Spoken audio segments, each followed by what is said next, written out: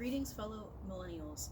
The 2020 U.S. primary elections have passed, and now it's time to prepare for our presidential election on November 3rd. If you didn't vote in the primaries, now is the time to redeem yourself.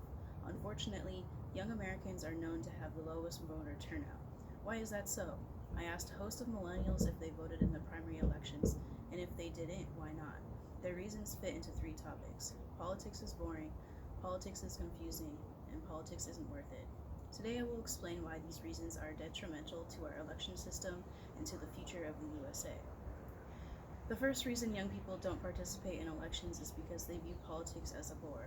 Millennials are the largest living generation in the United States, surpassing baby boomers. We are the generation that could decide the election.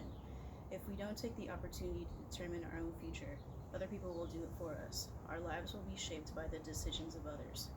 All those people in government that you didn't bother to vote for are now deciding things for you.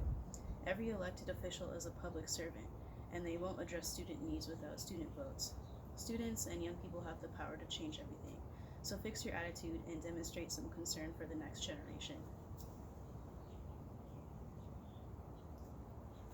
The second reason young people don't turn out to vote is because it's hard to follow and understand. While I agree with this, it is no excuse to be ignorant.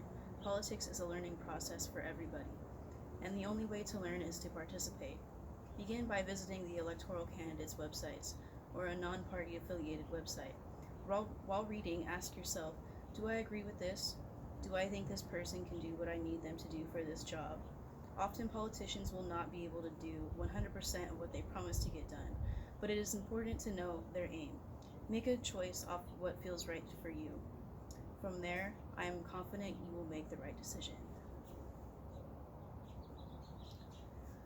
The third reason millennials don't show up to vote is because they think it's not worth the effort or the trouble.